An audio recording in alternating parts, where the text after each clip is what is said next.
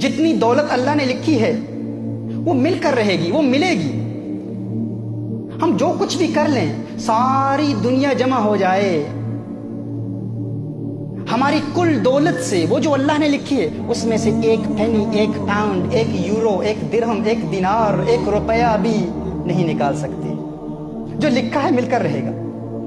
اور اگر ساری دنیا ہماری ساتھی بن جائے، ہماری معاون بن جائے، سارے مالدار لوگ ہماری مدد کرنا شروع کر دیں، تو جو اللہ نے لکھا ہے اس میں ایک پینی کا اضافہ نہیں کر سکتے۔ یہ قانون ہے۔ اگر مسلمان ہیں تو اس پر ہمارا عقیدہ ہونا چاہیے کہ جو کچھ اللہ نے لکھا ہے وہ مل کر رہے گا۔ اگر آپ آج غریب ہیں تو مت سمجھیے کہ آپ اس لیے غریب ہیں کیونکہ آپ زندگی میں کوئی ایسا بڑا کام نہیں کر پائے، آپ نااہل تھے اس لیے غریب ہیں۔ نہ، آپ غریب ہیں کیونکہ جتنا آپ کے لیے اللہ نے لکھا ہے وہی ملنا تھا۔ اگر کوئی ملٹی ملینئر ہے اور سمجھتا ہے کہ میں اپنی فہم اور فراست، ادراک اور شعور اور اپنے مناسب فیصلوں کی بنیاد پر میں ملینئر بن چکا ہوں، نہ، تو ملینئر ہے۔ اگر تم مالدار ہے تو اس لیے نہیں ہے کیونکہ تم اپنی محنت کی وجہ سے مالدار بنا ہے، تم مالدار ہے تو اس لیے ہے کیونکہ جو کچھ اللہ نے لکھا ہے وہ تجھے ملنا تھا۔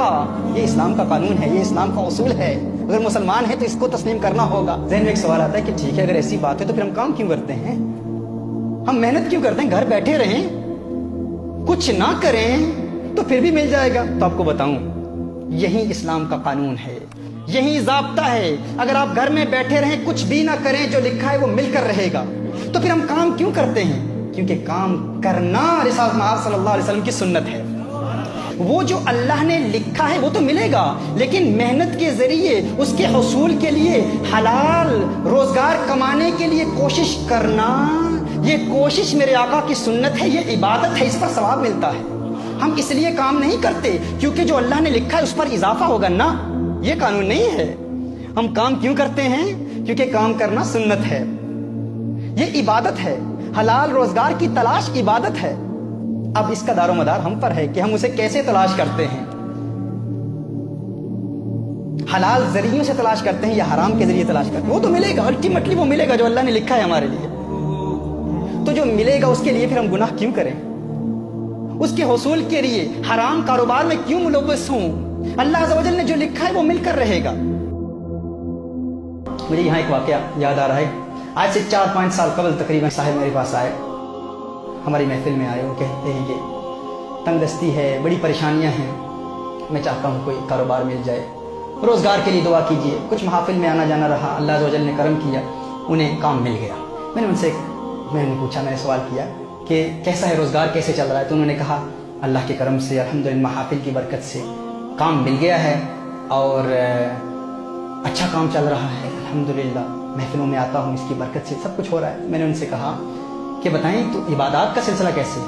کہا نہیں، ایک مسئلہ ہے، وہاں پر جو میرا امپلائر ہے وہ مجھے نماز نہیں پڑھنے دیتا، عبادت نہیں کرنے دیتا۔ میں نے کہا اچھا، عبادت نہیں کرنے دیتا تو آپ کو تو کام چھوڑنا چاہیے۔ میں نے کہا نہیں، ارے اتنی محفلوں میں آ کر، اتنی مدت کے بعد، اتنی کوشش کے بعد، اتنی جد و جہد کے بعد، اتنی دعاؤں کے بعد آج کام ملا ہے اور آپ کہتے ہیں کہ نماز کے لیے کام چھوڑ دوں؟ میں نے کہا آپ کام کیوں کرتے ہیں؟ کہتے ہیں اس لیے کرتا ہوں تاکہ روزگار ملے، تاکہ دولت ملے، تاکہ اپنے گھر کے اخراجات چلا سکوں، گھر چلا سکوں۔ میں نے کہا نہ، کام کرنے کا مقصد یہ نہیں ہے، وہ تو ملنا ہی ہے۔ ہم کام فقط اس لیے کرتے ہیں کیونکہ کام کرنا سنت ہے، وہ جو اللہ نے لکھا ہے وہ تو مل کر رہے گا۔ اور قانون کیا ہے؟ اصول یہ ہے کہ اگر کوئی سنت آپ کو فرض سے محروم کر دے تو آپ اس سنت کو چھوڑ دیں، فرض پر عمل کریں۔ اب کام کرنا سنت ہے، نماز پڑھنا فرض ہے۔ دیکھیے، آپ مثال کے طور پر عصر کی نماز شروع ہوتی ہے 5 to 3، سمجھ لیں مثال کے طور پر، اور آپ نے ظہر کی نماز ادا نہیں کی، 2:55 ہو گئے، آپ نے ظہر کی نماز ادا نہیں کی۔ اب نفل پڑھنا تو سنت ہے، اب اس وقت اگر آپ نفل پڑھنا شروع کر دیں، نفل عبادت شروع کر دیں، آپ نے فرض ادا نہیں کیے تو وہ نفل عبادت اس وقت کرنا گناہ ہے، کیونکہ وہ سنت آپ کو فرض سے محروم کر رہی ہے، لہذا سنت کو چھوڑیں، فرض پر عمل کریں۔ میں نے اسے کہا کہ آپ کام اس لیے کر رہے ہیں کیونکہ کام کرنا سنت ہے اور الٹیمیٹلی جو لکھا ہے وہ تو مل کر رہے گا، لیکن یہ کام آپ کو فرض سے محروم کر رہا ہے تو آپ کام کو چھوڑیں، فرض ادا کریں۔ اس اللہ کے بندے نے اس پر عمل کیا